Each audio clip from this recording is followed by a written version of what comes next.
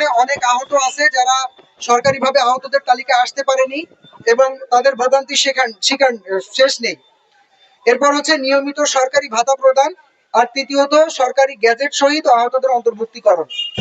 তো আমরা প্রথম যে দাবিটা ছিল আমাদের আন্দোলনে অংশ নেওয়া এমআইএস আহতদের এমআইএস এর আওতা সরকারি রেজিস্ট্রেশন, এটা একটা সিদ্ধান্ত হয়েছে এটা যে আমাদের প্রসেসটা একটু আপনাদেরকে বলি। আহতরা যখন ফাইলগুলো জমা করে সেটা সিভিল সার্জন এবং ঢাকা জেলা প্রশাসক বরাবর জমা হয়। এরপর জেলা প্রশাসকের একটা ভলেন্টিয়ার টিম, যারা যাচাই বাছাই কমিটি আছে, তারা এটা যাচাই বাছাই করে সিভিল সার্জনে পাঠায় এবং সিভিল সার্জন থেকে সেই তথ্যগুলো এমআইএস এন্ট্রি হয়। তো স্বাস্থ্য মন্ত্রণালয় থেকে এখন যে সিদ্ধান্ত এসেছে সেটা হলো আমরা আমাদের যে ফাইলগুলো এখন পর্যন্ত জমা পড়েছে 1783টা আমরা আজকে পর্যন্ত পেয়েছি। সেই 1783টা ফাইল আগে আমরা জেলা কমিটির মাধ্যমে ভেরিফাই করব। ভেরিফাই করার পরে এটা আমরা স্বাস্থ্য মন্ত্রণালয়ে বরাবর পাঠাবো, ওনারা নিজ দায়িত্বে এমআইএস এ এন্ট্রি করে নেবেন। এবং সব থেকে গুরুত্বপূর্ণ যে বিষয়, যে মেসেজটা সকল আহতদেরকে দিতে চাই, আগামী 30 তারিখের মধ্যে আপনারা সবাই সিভিল সার্জন অথবা জেলা প্রশাসকের কার্যালয়ে এই তথ্যগুলো জমা করবেন যারা এখনো পর্যন্ত আহতের তালিকায় আসতে পারেননি, এমআইএস ভুক্ত হতে পারেননি। এটার শেষ তারিখ 2 তারিখ পর্যন্ত, 2 তারিখের মধ্যে সবাইকে এই তথ্য জমা দিতে হবে, 30 তারিখ এবং 2 তারিখের মধ্যে। আর দ্বিতীয় হচ্ছে নিয়মিত সরকারি ভাতা প্রদান।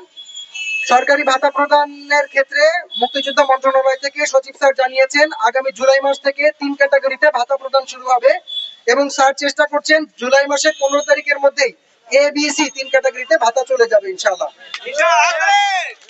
এরপর সরকারি গ্যাজেটের সহিত আহতদের অন্তর্ভুক্তিকরণ, এ বিষয়ে কথা হয়েছে আমাদের। আমরা এখন যে আইডি গুলো ভেরিফাই করে স্বাস্থ্য মন্ত্রণালয়ে দিব, স্বাস্থ্য মন্ত্রণালয় একবারে এই ভেরিফাইড আইডি এবং যে আইডি গুলো ভেরিফাইড হয়ে এখনো গ্যাজেটভুক্ত হয়নি তাদেরকে একসাথে গ্যাজেটের আওতায় আনবে এবং সেটা জুন মাসের মধ্যে ইনশাআল্লাহ সম্পন্ন হবে। তো আমরা আমাদের আজকের যে লং মার্চ এবং মানববন্ধন নিয়ে এসেছিলাম সেটা আল্লাহর রহমতে সফল এবং স্বাস্থ্য উপদেষ্টা ম্যাম আমাদের সাথে অনেক ভালো আচরণ করেছেন এবং যারা পুলিশের দায়িত্বে ছিলেন শাহবাগ থানার ওসি স্যার এবং যারা আমাদেরকে নিয়ে গেছেন তারাও আমাদের সাথে খুব ভালো আচরণ করেছেন, আমাদের সাথে কোঅপারেট করেছেন, আমাদেরকে সহযোগিতা করেছেন, তাদেরকে অনেক অনেক ধন্যবাদ জানাই। এবং আমরা চাই, যেহেতু আমাদেরকে এটা লিখিত একটা রিসিপ্ট কপিও দিয়ে দিয়েছে যে আপনাদের এই কার্যগুলো আমরা অ্যাকসেপ্ট করছি, তো এটা যেন সঠিকভাবে ওনারা পালন করেন এই অনুরোধ এবং এই দাবি ওনাদের প্রতি আমাদের থাকছে।